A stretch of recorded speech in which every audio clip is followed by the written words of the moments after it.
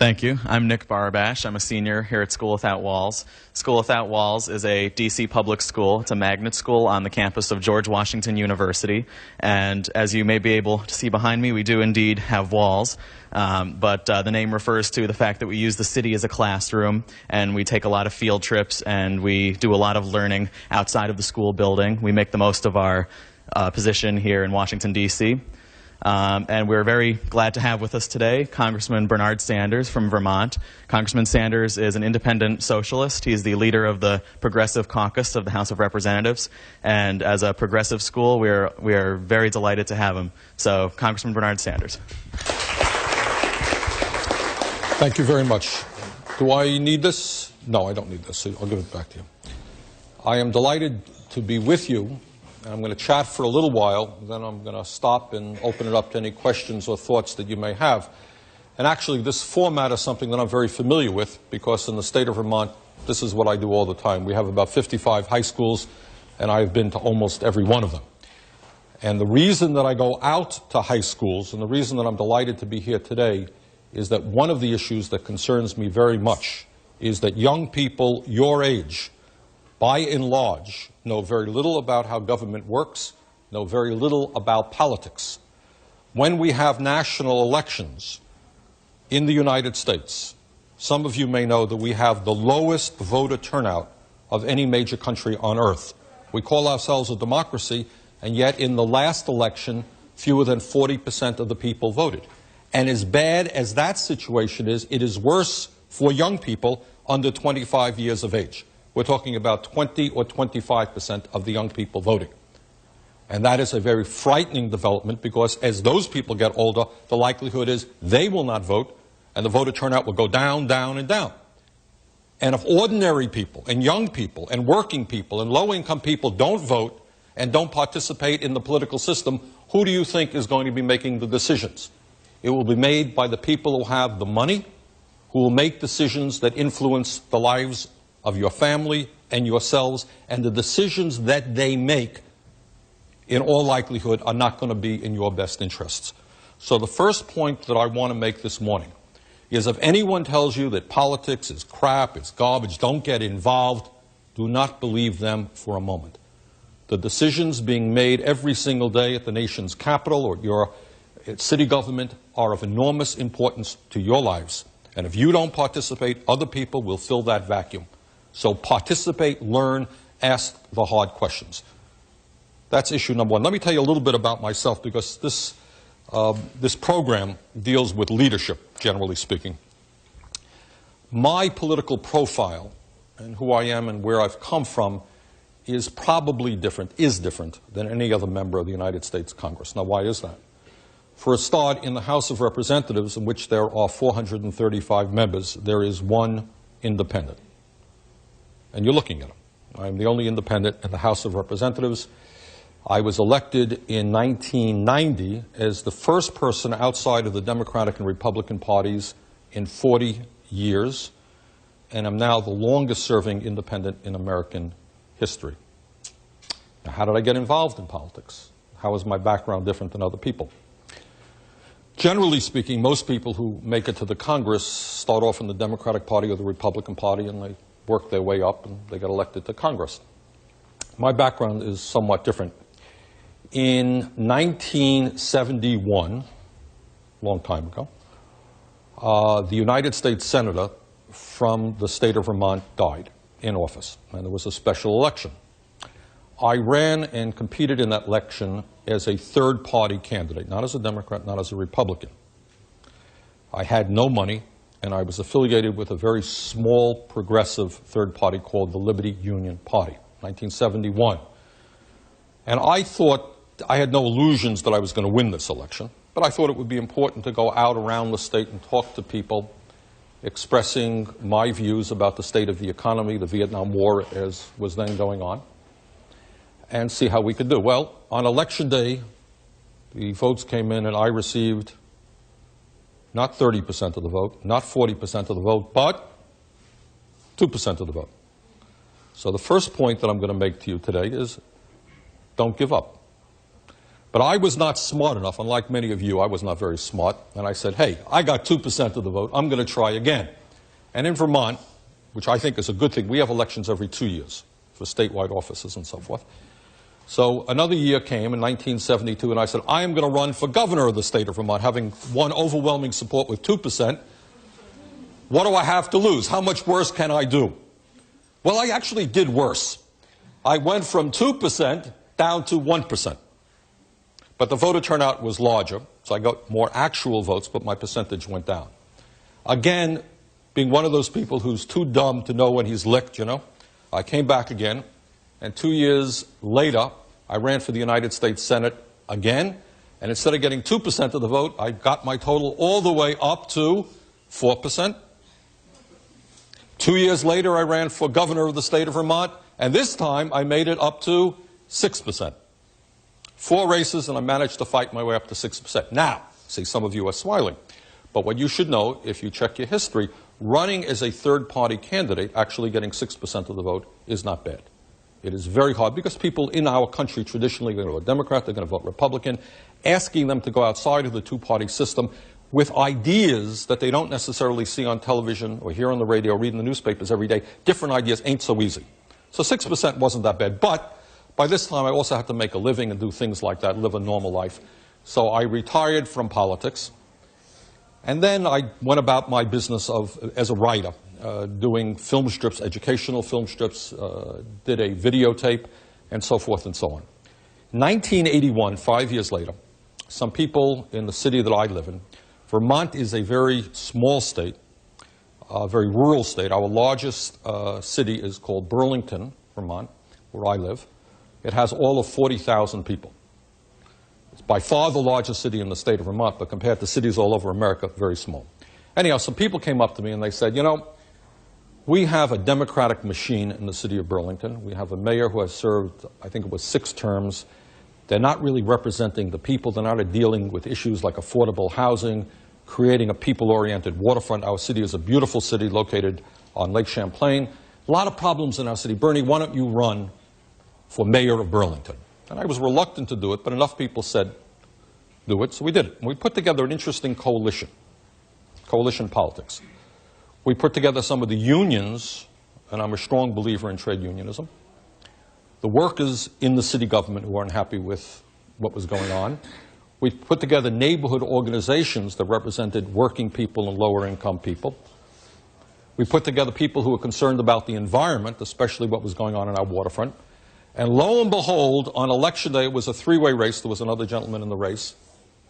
I ended up, late in the night, winning that election in 1981 for mayor of Burlington by a landslide of 14 votes. They did a recount. My lead went from 14 down to 10. But to everybody's shock in the state of Vermont, I became the mayor of Burlington. Now, when I walked in the door as mayor of Burlington, I had a little bit of a problem because there were 13 people on the city council. 2 of them had come in as supporters of mine.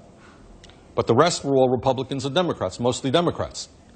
They were not very happy with the fact that a new guy, not a Democrat or Republican, was suddenly the mayor of a city who had a different agenda.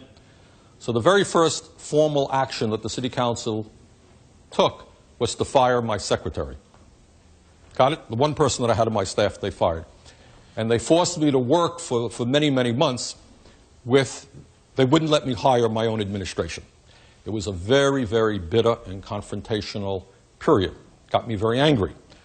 And we have half of the city council comes up every year. So a year later, in 1982, along with a number of other people in the city, we put together another coalition to run for city council, people who were supporting my initiatives as mayor.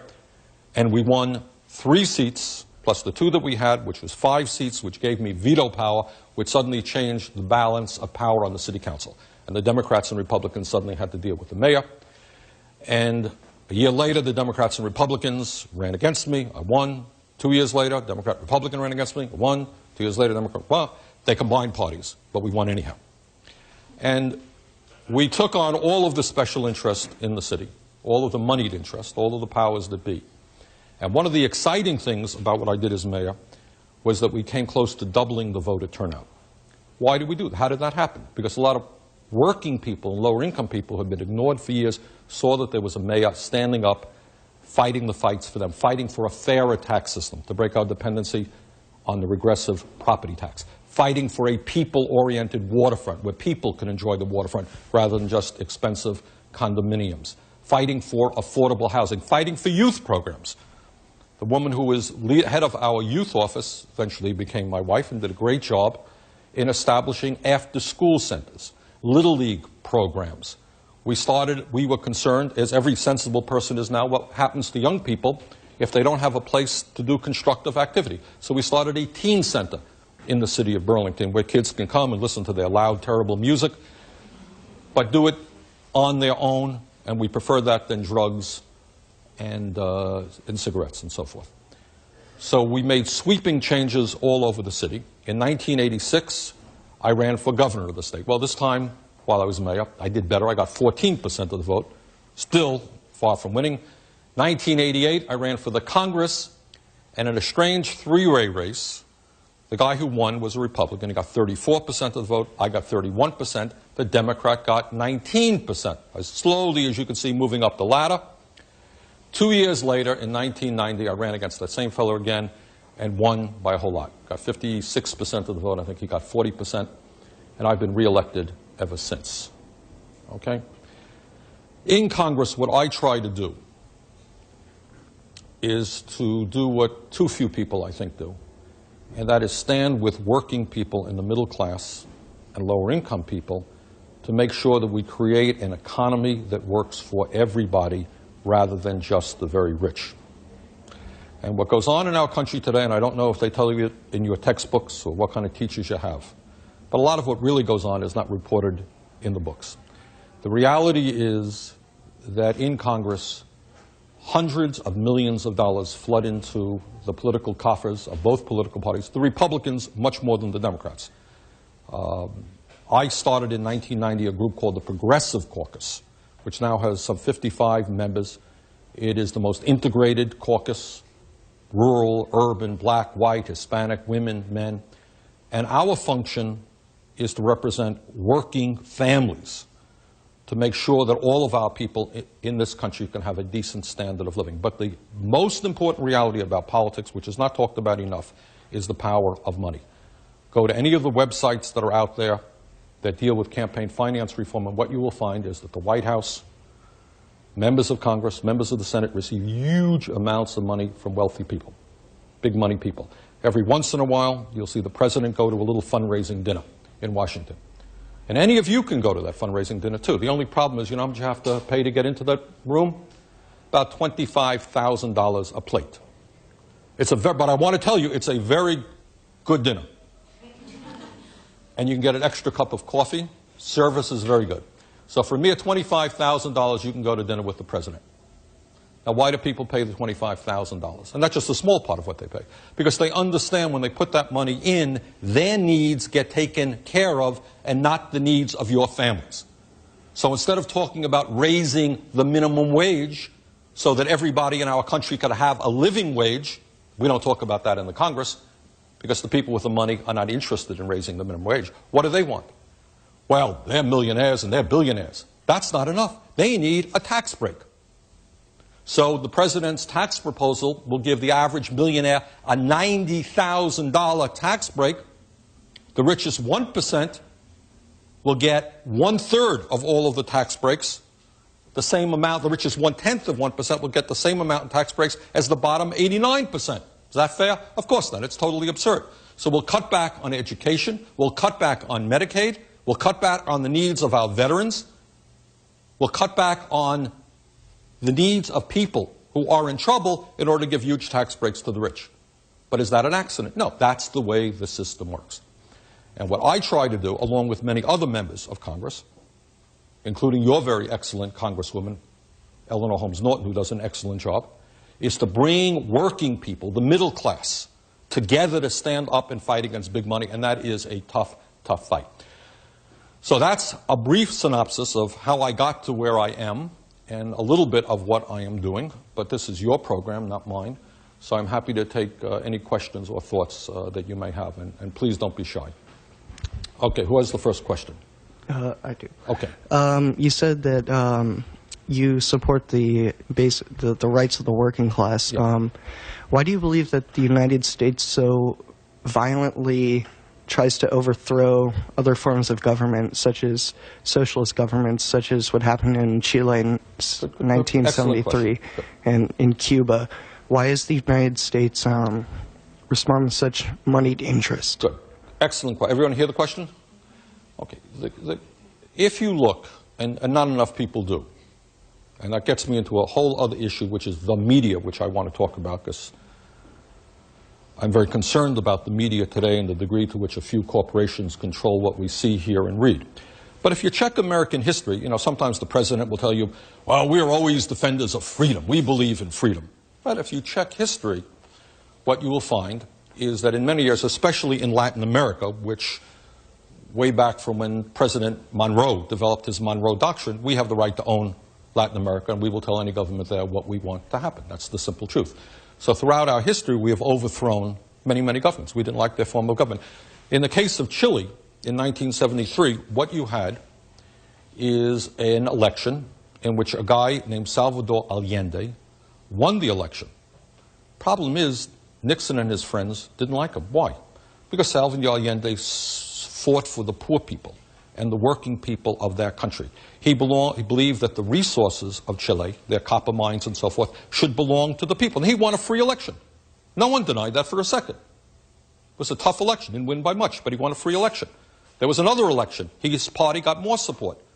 He was overthrown by the CIA and corporate interest, because corporate interest preferred, of course, that the United States companies dominate that country. And a lot of what politics is about, going way, way back to the 19th century, through England, France, is the domination of colonies so that big companies in a given country can take the resources of those countries for their own use. So I think that's what happened, and it was a very unfortunate day in American history. Allende won in a democratic election, was popular, was overthrown, and eventually killed. And in his place, a guy named General Pinochet took place, ran that country with an iron fist, killed many, many people, but he was okay. He was a good guy. Why? Because he was a friend of corporate America. Other questions? Yes, sir. You're not a Democrat, you're not a Republican, so what kind of constituencies do you have that keep you in office? Good question. What groups contribute money to your... Good question. Excellent question. You see, I think that my politics in Vermont, and in fact throughout the country, represents the vast majority of the people. Okay? So this is the coalition that we put together. We stand up for senior citizens in my state, and I've been a leader in the United States Congress in trying to lower the cost of prescription drugs.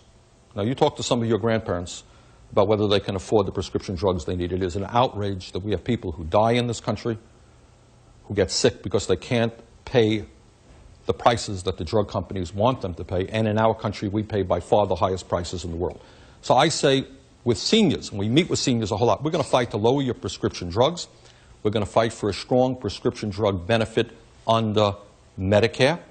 And in fact, we're going to fight for a national health care program. Now, how many of you guys know which major country in the world, the only one that does not guarantee health care to all of their people? Let me see how smart you are. What is the country in the world that does not guarantee health care to all of their people? It's the United States of America. Okay. So we talk to the seniors. We talk to workers. I am on the picket line very often with workers who are fighting to create a union or to defend their rights to get a decent standard of living. And I've always had the support and get funding. Now, I don't take in terms of funding, which is a good question. Where do I get my money? Do I run for free? No. I have to take on the whole Republican National Committee, and they have a lot of money if they want to run against me. So we get some of our money from unions. We're very strong on the environment. I have a 100% voting record on the environment, so we get help from environmental groups, get help from senior groups. I think it's an outrage that in our country we have the highest rate of childhood poverty of any nation on earth, so we get help from groups who are concerned about kids. But most of my funds do not come from PACs. Most of my funds, interestingly enough, and I think are unique, or maybe not, maybe one or two other people in the Congress. Most of my funding comes from small individual contributions. I do not take and never have taken and never will take 1 penny from any corporation because I don't represent their interest. But all over America, people send me, and in the state of Vermont we receive whole lots of funding from people who say, Bernie, I can afford a $20 check or a $30 check or a $50 check or occasionally a couple of $100 checks. So almost uniquely in the Congress, my money comes from small contributions averaging about $33 apiece, but from huge numbers of people. Lots of people, 10, 15,000 people contributing $30 apiece, you got $450,000. And then you get some money from unions and other groups. And that's how I put together my funds. But the coalition, I talk about coalition politics. And that's what we have done in the Congress as well. What the Progressive Caucus is about, we have members of the Black Caucus. We have members of the Hispanic Caucus. We have members of the Women's Caucus. We have people from big cities. We have people like myself from rural America. But our goal is that people come together, not be divided by race, by geographical district, but coming together on basic economics, saying, let's make this great country work for everybody and not just the very wealthy. Did I answer your question? Okay. Yes, sir. Hello, my name is Michael, and my ideas stem off of your idea of universal health care coverage. In our country, it costs people an arm and a leg just to get sufficient health care. And Senator Kerry has been proposing his idea of what it should be like.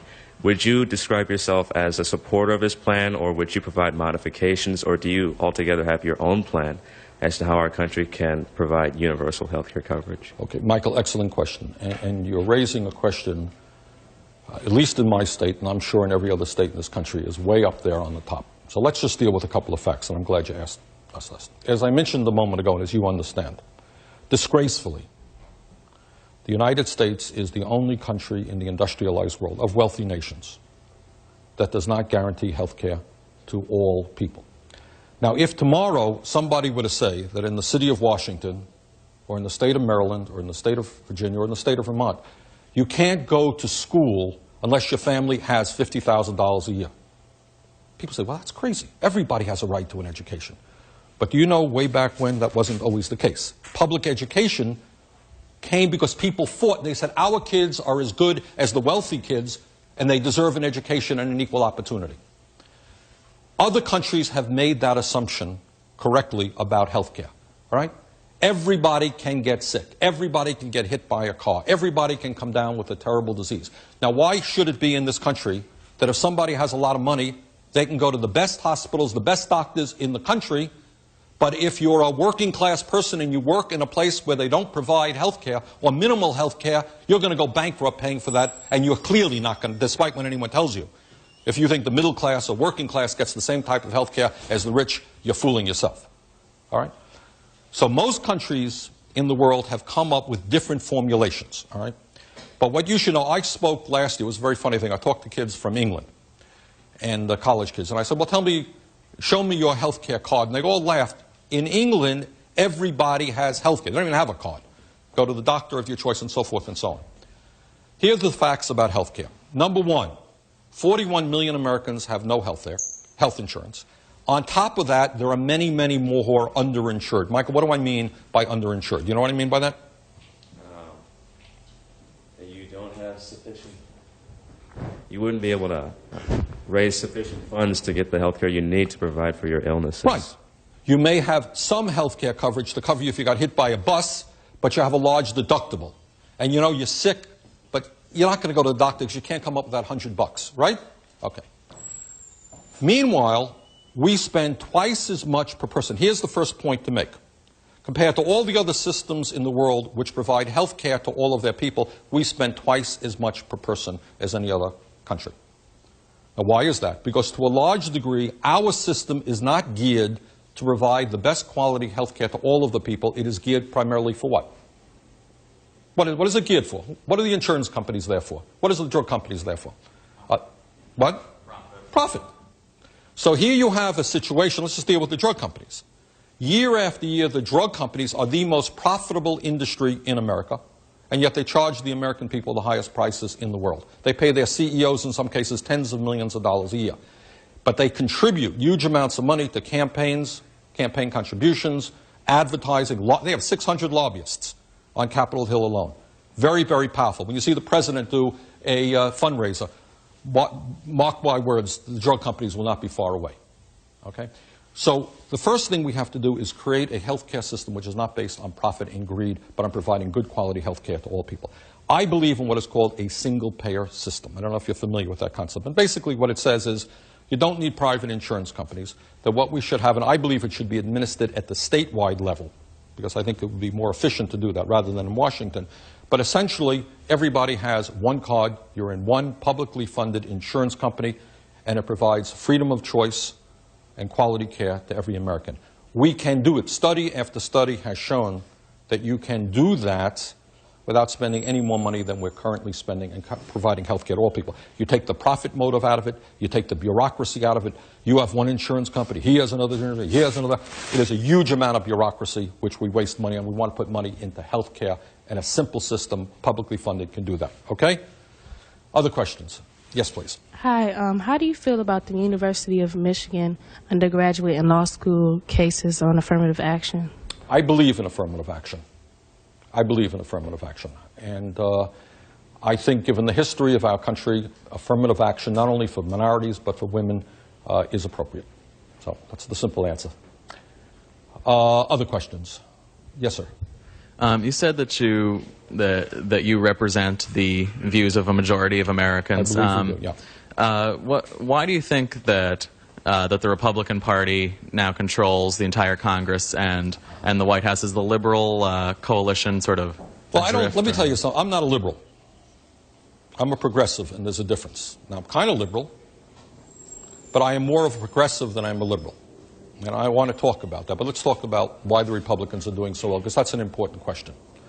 Now, why would a party be doing well when they're providing hundreds of billions of dollars to the wealthiest 1% in tax breaks?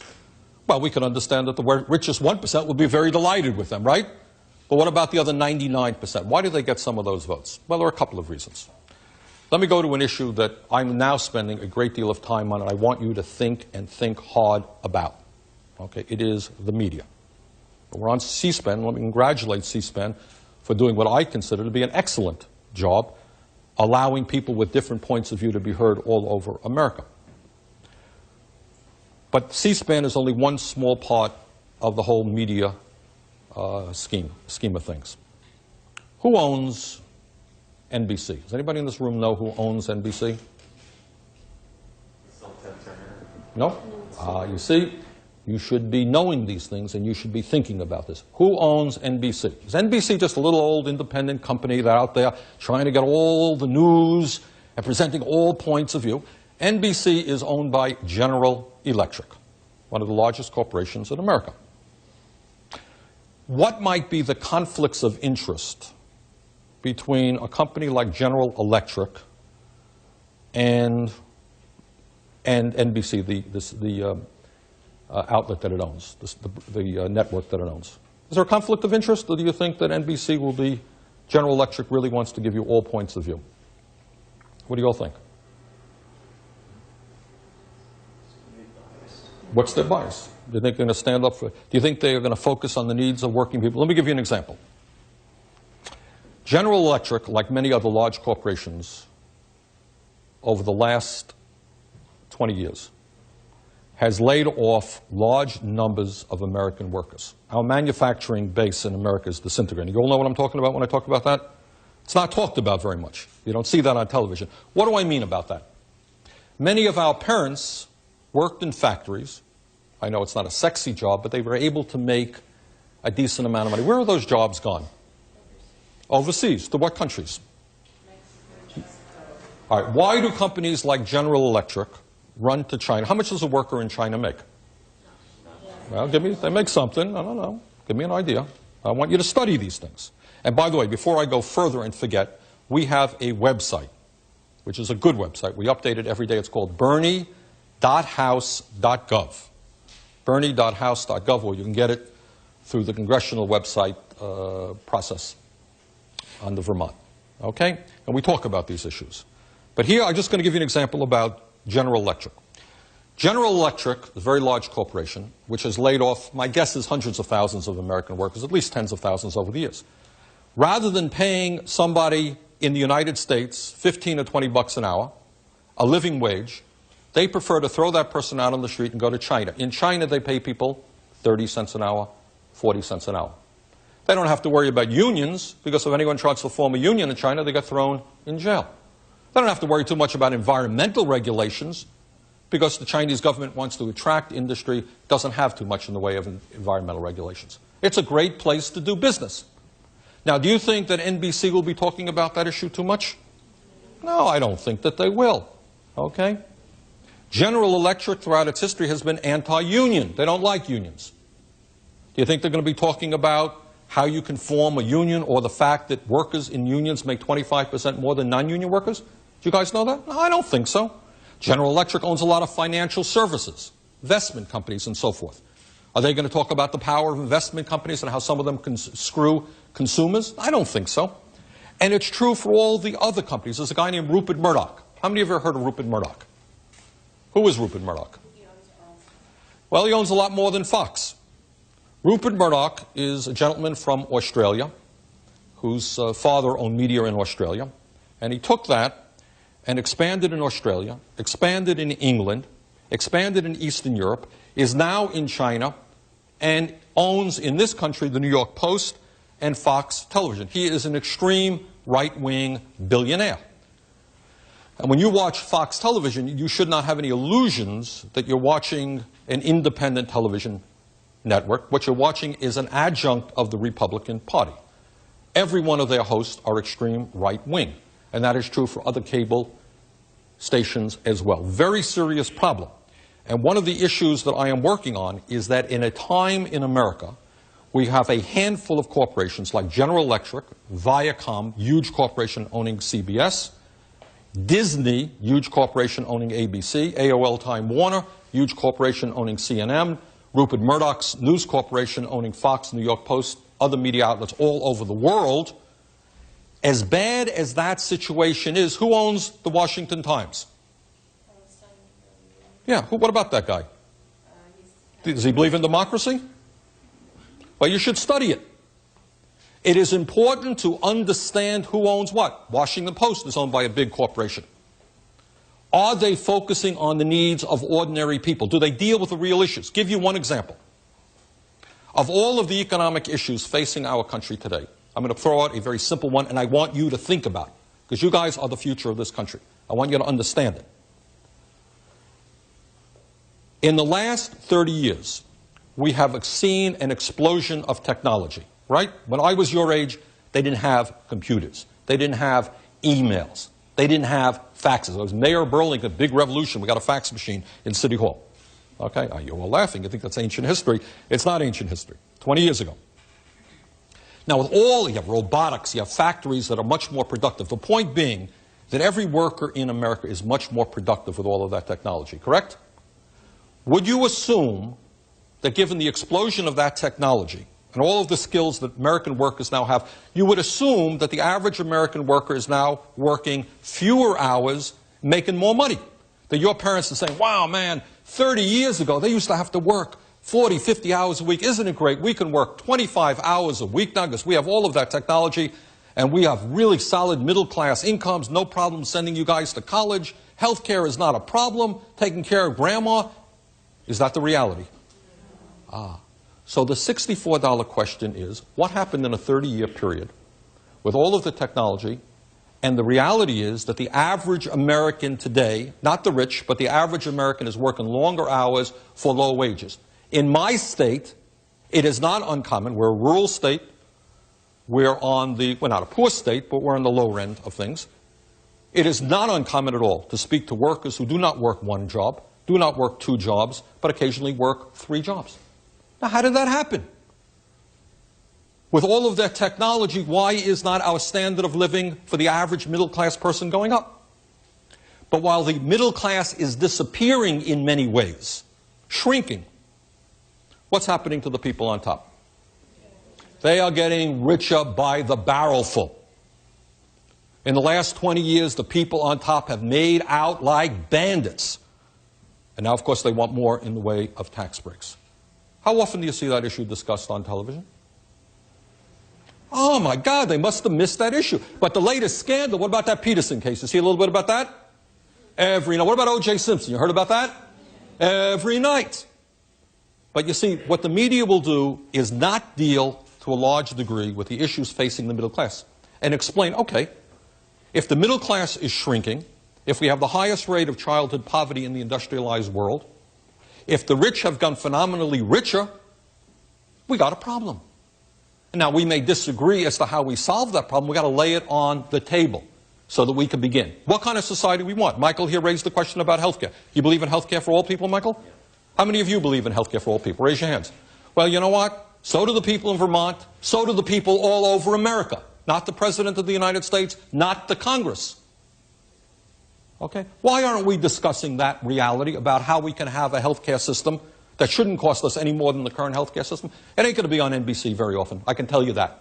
We won't talk about that. Every scandal in the world, you'll talk about every crime in the world. One of you guys throws a brick through a window, you'll make it on the front pages. But if you sit down and you do your work and you're thoughtful about things, you may never make it at all. Workers do not get their views, their needs expressed. And the result of that is that a lot of good people who work day and night, they say, hey, must be something wrong with me. I'm working 50, 60 hours a week. And no one's talking about my needs. I'm not going to vote. It's all crap. And that's part of the system of what they want to. They don't want, to be honest with you, the people who own America do not want you voting. They do not want you participating in the political system. They'd rather have a system in which the rich contribute huge amounts of money to the Republican Party, maybe to the Democratic Party. They'll make decisions for those people, but not for you. That's why you have got to turn that around. But my point about the media is, and you can do this increasingly with the internet, read alternative sources. Read magazines that are not necessarily mainstream magazines. Know who owns the media that you're reading. Read Fox. Watch Fox. Understand this comes from an extreme right-wing perspective. Then read other magazines that give you, and other outlets that give you different points of view. But when you ask me that question, that's one of the reasons. I think the media does a terrible job in addressing and talking about the needs of the middle class. I'll give you another answer because you asked a good question. The question is, how does the Republican Party do so good? And now I'm going to tell you something that very few people in Congress would tell you. If you are the Republican leadership, and this is what your goals are. Your goals are to give huge tax breaks to the very richest people in this country. Your goals are ultimately to privatize Social Security so that Wall Street can make money from that. Privatize Medicare so the insurance companies can make more money. Privatize education. Do away with public schools. If those are your goals and you said that to the American people, you think you get a lot of lower? There are many members of the Congress today, Republicans, who not only will not raise the minimum wage, which is $5.15 an hour, you know what they will tell you, honestly? They believe in abolishing the minimum wage. Did you know that? Check it out. Telling you the truth. So that if Americans can work for $3 an hour or $2 an hour, not a problem. Now, if you had an agenda like that and you went before the American people, tax breaks for the rich, destruction of Medicare, destruction of Social Security, as we know it, lowering the minimum wage or abolishing it, how many votes did you think you'd get? Not a whole lot. Maybe the richest 1% would vote for you. But that's not a lot of votes. So what do? I've got a problem. You package it. How do you package it? And here I want you to pay attention to me. Because this is bad stuff. I don't mind debating people who say, I was on the Hannity show, Sean Hannity yesterday, and Hannity, extreme right-wing guy, he thinks he loves these tax breaks for the rich and so forth, so we had a little bit of a discussion about that. Actually, it was a loud discussion, matter of fact. But I don't mind people who are upfront about that. Okay, give the rich more tax breaks, but that doesn't win you elections. So this is what you do. What you do is divide people up. When you asked me your question, how do I get elected? I said, I try to bring people together. We fight for women's rights. We support the rights of minorities. We support the rights of workers. We bring the majority of people together. And occasionally, honest people will have differences of opinion. In this room, there will be differences of opinion. But everybody in this room is in agreement that everybody should have health care, right? Question number 2, should we increase funding for education or should we lower funding for education? Raise your hand if you think we should increase funding for education. Okay, you're on the side of the vast majority of Americans. Okay. So on those issues, we bring people together. Now, what do the Republicans try to do? And they use it in what we call, kind of language that they not upfront about. What do? We divide people up by races. Affirmative action becomes one issue. All them black people are getting the jobs that we white people used to have. Split people, working class, white against black, instead of working together to create decent jobs for all. Those uppity women now, they want the right to choose. We'll split people on the abortion issue. We'll split people up on the gun issue. We'll split people up on religious issues. Do you follow what I'm saying? So you split people up, and then they end up, if you're a middle-class person, voting against your own interests, and the rich go laughing all the way to the bank. Okay? And they very often play white workers off against everybody else. And we try to bring people together to say, look, we're all in this boat together, whether you're black or white, whether you're Hispanic, whether you're Muslim, whatever you may be. Everybody needs health care. How do we create a health care system that works for all people? Not divide people up. Everybody knows that the kids, young people, do not make it into the middle class unless they have a decent college education. So how do we make college education accessible to all people? Not an expensive proposition, a tiny, tiny fraction of the president's tax breaks for the rich, if we put into financial aid, would make sure that every young person in this country could go to college without going deeply into debt. You know what? The vast majority of the people support us. But in order to do that, we've got to bring everybody together. And many of these, not all, and I'm not here to disparage all Republicans. Some very decent people happen to be conservative. I respect that. But some people who I don't respect will play off women against men, black against white. Oh, the gay issue, very, very big issue. Okay? Straight against gay, right? We're all supposed to hate gay people, so we split that group up. And then the argument, some of us are not patriotic. We had concerns about the war in Iraq. I voted against giving the president authority to the war in Iraq. Well, that makes us unpatriotic. We hate America. Divide those things up. And that's how they succeed. And they succeed with the help of the media. Because the media will not talk about how, in a sense, the common problems that Americans face and how we bring people together. And that's what I believe. I believe that on issues like everybody in this room thinks, I think, that instead of giving tax breaks to the rich, we should increase federal aid to education. Anyone disagree with that? Well, you know what? Most Americans agree with that. All of you think that every American should be entitled to health care. I suspect most of you think we should not have a trade policy which allows corporations to throw American workers out on the street and run to China. Most Americans agree with that. And our job is to bring people together on common interest, and some of these extreme right-wing people, you watch the issues that they talk about. Affirmative action they use to divide. The issue of abortion they use to divide. The issue of guns they use to divide. And our job is to say, let's focus on basic economic issues. How do we expand the middle class? This is a great country. Why is it the average American is working longer hours for low wages than 30 years ago? Let's talk about that. Okay? Okay, that was a long answer to a good question. I apologize for going on too long. Other questions? Yes. Let me get to, did you ask the first one yet? No, you didn't. She did. Okay, yes. I just wanted to know how you felt about school vouchers, and do you feel that they benefit public schools? How do I feel about school vouchers and? How do you feel that they benefit public schools? No. No, they certainly don't benefit public schools. Ultimately, this is an effort to destroy public education. What public education is about is, for a start, saying that we're going to provide the best quality that we can to every young person in America. Are we doing a particularly good job? No. We could do a lot better job. No question about it. We should make our public schools the best schools in the entire world. We should make you study harder. Okay? We should be paying teachers the kind of salaries they deserve for doing the important work that they do. Do you know, and an issue that I've been involved in, I'm going to answer your question, it's an excellent question, but before you guys got to school, some of you, especially if you come from working families, you went to childcare. I don't know, any of you guys go to childcare when you're little? Or you have brothers and sisters in childcare? Do you know that childcare workers in many instances are paid less than McDonald's workers? And here they are dealing with the formative years of a child's life, both emotionally and intellectually. We're paying childcare workers $6 or $7 an hour, no benefit, huge turnover. All right? This has to do with national priorities. To my mind, if we're serious about loving our country, then the most precious resource that we have is our children. We should not have the highest rate of poverty in the industrialized world. We should not be underfunding education. Do you know that in America, and you'll forgive me for my ignorance, because you'll tell me the answer to this. I don't know what's going on in Washington, D.C. right now. But I do know that in many parts of America, you know what's happening? We're not bringing in more teachers. What are we doing because of the crisis? We are firing teachers. We are lowering the number of hours the kids go to school. But we have money for tax breaks for the rich and corporate welfare.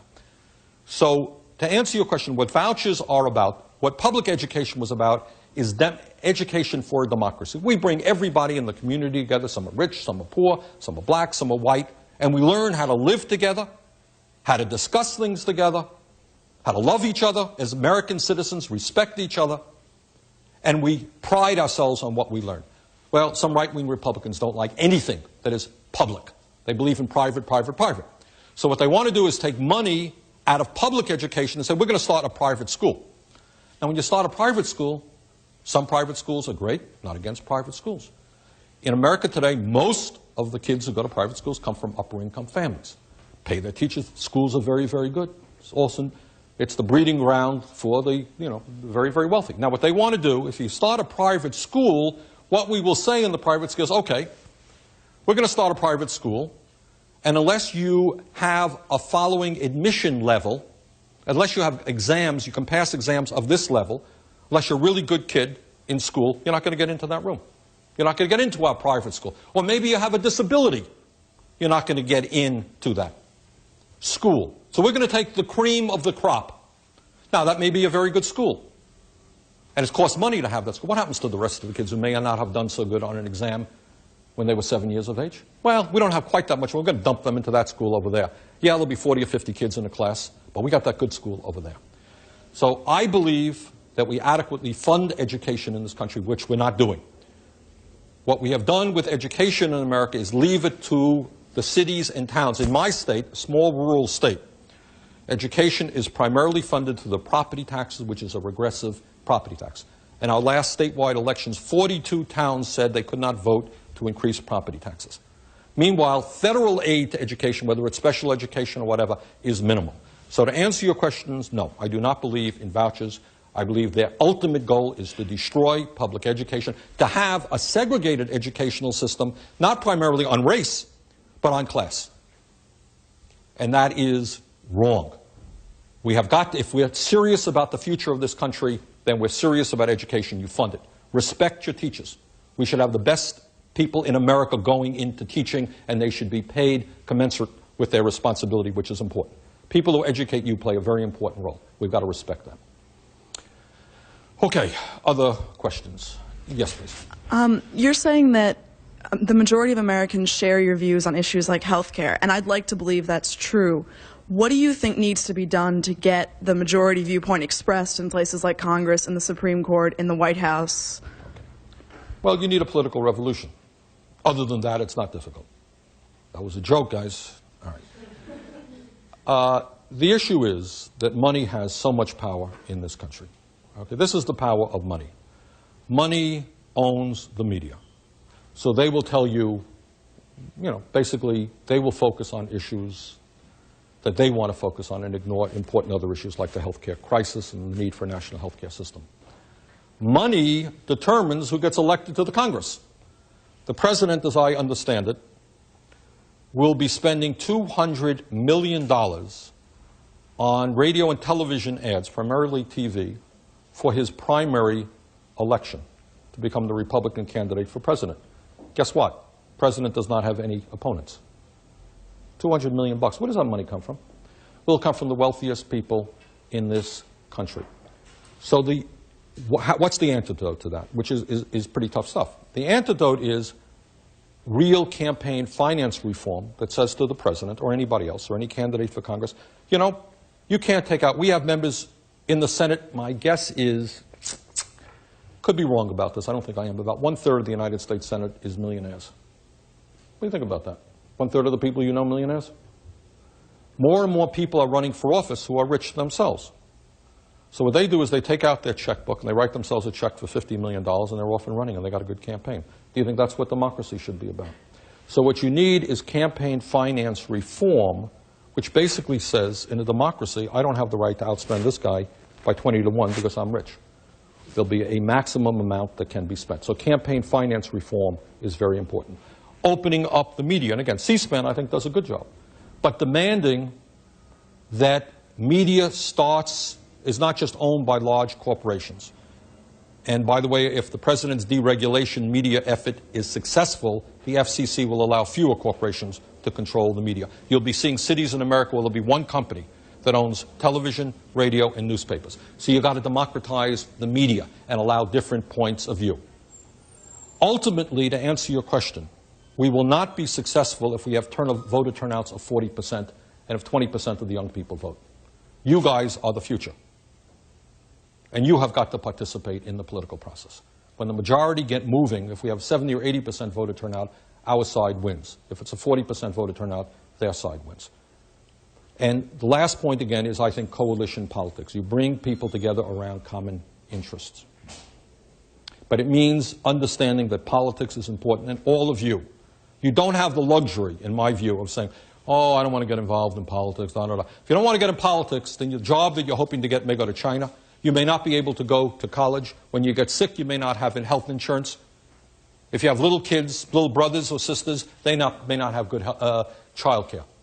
So if you don't want to get involved in politics, that's fine. But that's the reality facing you if you don't. Other questions? Yes. I want to know, what was your position on the Welfare Reform Bill of 1996? I voted against it. Yeah. Okay, I think, see, that's a good question, getting back to his point. And that is, how do the Republicans win? Well, what they do is they take the middle class, who is working now very, very hard, people working 50, 60 hours a week, and they say, do you know where all your money is going? It's going to take care of all those lazy people who just don't want to work. And a lot of people believe that. So, do we need welfare reform? Sure we do. Is welfare a good thing? No. But what we want to do, if you have a young mother with 2 young kids, you got to take care of those. You got to make sure that the kid grows up with dignity. Should we be able to try to educate that mother, get her a good job? Absolutely.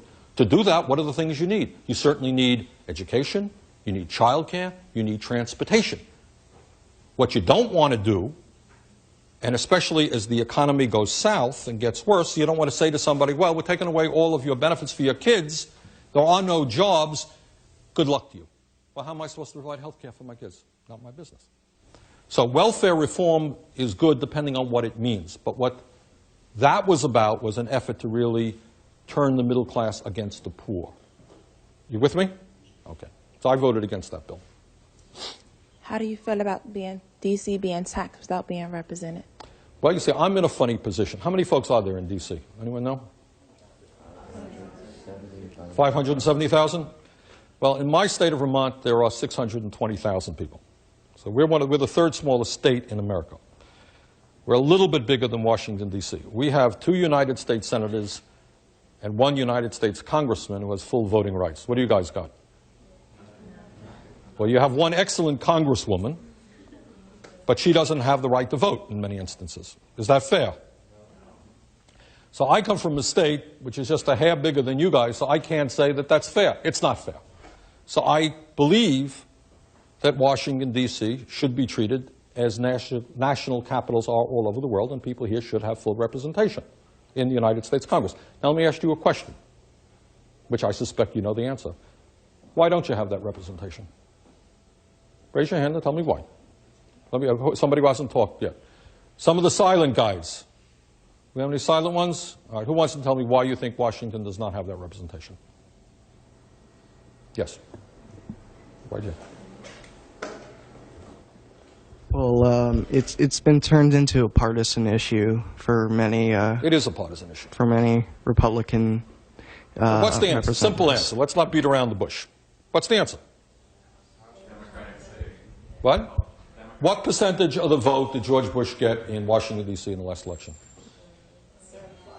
What? 7. 7 or 8%. All right. Gore got 10 or 15 times more than Mr. Bush.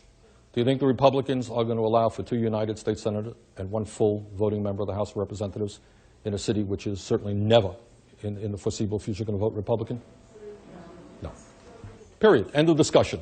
That's the issue, and then we'll go on for long speeches about da-da-da-da-da-da, but that's the reality. That's the simple reality. Everybody knows that reality. Now, if you wanted to get 2 United States senators and 1 full voting member, you have to vote Republican, then you'll get it.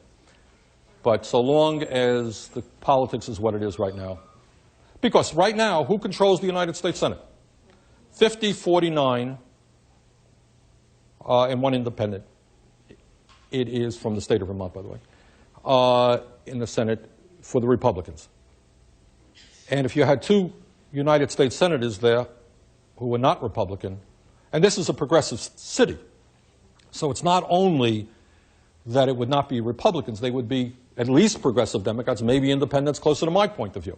That is not something that the moneyed interests want to see in the nation's capital. We have time for one more quick question for the Congressman.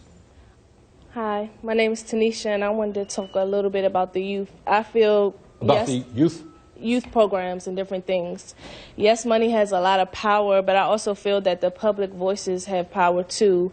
And I also wanted to point out different points about, I think that a lot of youth, although we don't come out in large numbers, I think a lot of youth in this school and in D.C. are doing things about, like, just different issues, affirmative action. We have a BAM meetings here, and we also have different other things. And I also want to know what other programs do you believe should be put into place about youth, and how can we get to just to talk to the congressman? How can we make our voices be heard? Okay. In my state, as I've indicated, despite a very busy schedule, I have tried to go to every high school in the state, because I think meetings like this are terribly important. And I think you have the right. You're citizens of this country, and you'll be voting in a few years.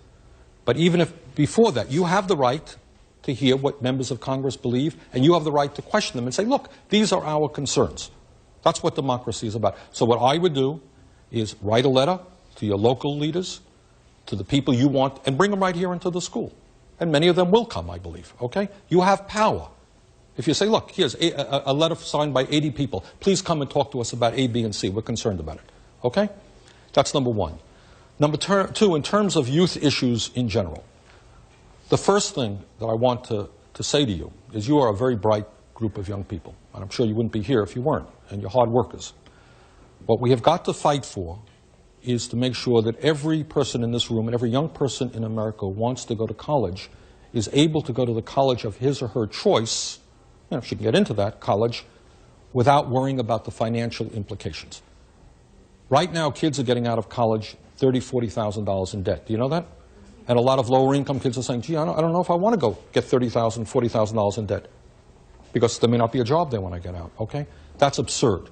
So I want young people all over America to say, we got to work on that issue. Immediately what we should be doing is opening up schools 24 hours a day. If you want to be here to study at 10 o'clock in the evening, you should be able to have access to that.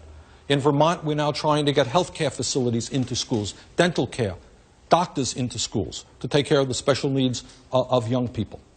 But the main point that I want to make on that question, never forget this. Don't let anyone beat you down. You are citizens of the United States of America, and you have a right to make demands on the system. You have a right to say, excuse me, I want a decent job, I want health care, I want good quality education. I'm as good as anybody else, even if my family is not that wealthy. And we're going to fight for those rights. That's the best part of American history. In some ways we have come a long way, in some ways we haven't. But if we stick together, we not get divided up by race, by religion, by geographical district, urban, rural, whatever it may be, we can succeed in doing those things, okay? So first of all, I just want to conclude by applauding you all for your interest in politics, in government. This is your country, and you study the issues, and you fight for what you think is right, okay? Thank you all very much.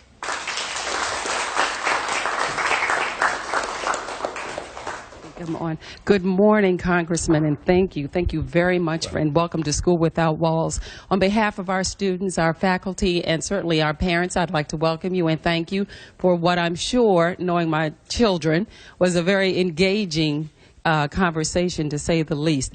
And as a token of our appreciation, we'd like you to become a Walls Penguin, an honorary penguin. Thank you very much. Penguins Given that are it's very raining honorable. outside, this is doubly Perfect. appropriate. Perfect. Thank you. Well, thank you for doing a wonderful job, and you certainly have some great young people Yes, they're fabulous. Premier School, Washington, D.C. Yes. here.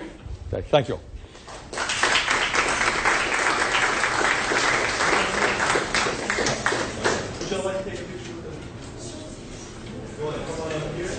And remember, after the promise meeting, if you guys don't want to stay, ask something to tell you guys about our project, okay? And you guys will be, yes. Yeah, I'll tell you guys about that, so you guys will get some money.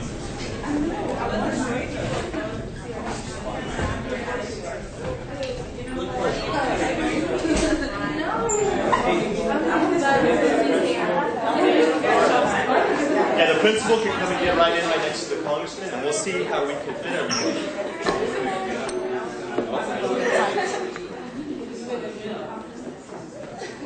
Did you guys have fun? Was that interesting? Yes. I'm going to take 2 pictures, that way I can divide the room up. There's one. 2. If you would wait for just 1 second while how many of you all know about digital cameras? Fancier they are, the less they work. 1, 2. Thank you again. Appreciate you. Hold up. Real quick. Thank you. 1, 2, 3. One more. 1, 2, 3. Thank you. Hey, Tina, can we get just a picture with Teresa and myself? Yes, most definitely. If you all want to go ahead and sit back down, I'll talk to you guys a little bit about a project we're doing today. All right. Yes. Sure, my pleasure. Thank you.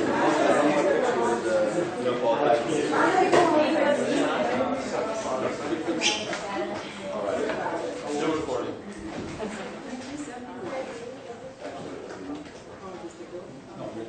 All right. 1, 2, 3. Your favorite federal funds for school reading classes. Just so you all know, the news this morning was that Christy Todd Whitman, who was supposed to be our speaker, just resigned from the EPA. So that's probably why she canceled out. Why she canceled? Why did she resign? Because she's sick of Bush's. Stopping her from doing what she wants to do. I don't know the reason why, but we expect On a brighter note, one of the things that we are doing in conjunction with students and leaders and learning, this is good. How many of you are seniors in here? Yes. Well, right now what we're doing is we have a $25,000 scholarship competition that's in conjunction with the Students and Leaders project that we're doing. And we've been to 40 schools over the past, we've still a couple more tomorrow and Friday.